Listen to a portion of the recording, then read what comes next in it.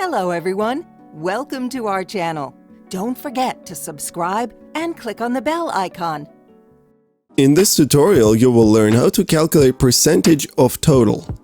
A very common scenario is when you have a total in a single cell at the end of a table. If you're trying to calculate the percentage based on that cell, here's a quick way to do it. Type equals, then select the cell next to it. Add a divided sign, then type the following.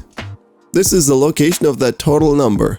We use a relative cell position for the first one, but want the total number to be always the same cell. Don't forget to change the formatting to percentage. Next, we take the bottom right square of this cell and drag it down as needed. This will calculate the amount across multiple lines. Even if working with percentages has never been your favorite kind of math, by using these basic percentage formulas you can get Excel to do the work for you. What other Excel tutorials would you like us to make?